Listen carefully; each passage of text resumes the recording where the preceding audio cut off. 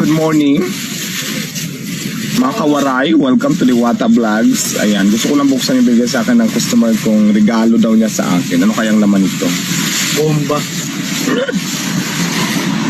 Ay, ayun, sombrero siya.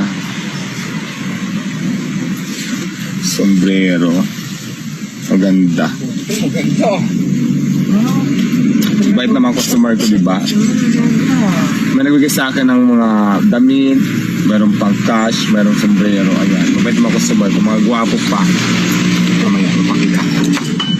Customer ko lang sa Diwata Mini Mart. Ayun yung Mini Mart ko, mga bumibili lang sila dito. Ganon kababait ang mga customer ko dito, guys. Kaya yung mga ingitira dyan, Diyos ko, pakabait din kayo. Para mabigyan kayo.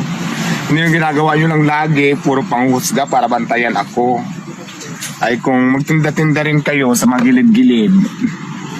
Tapos, yun. Sige boss, salamat. Okay. Yun nga, I love it. Sombrerong mahal. Mamahalin siya at saka.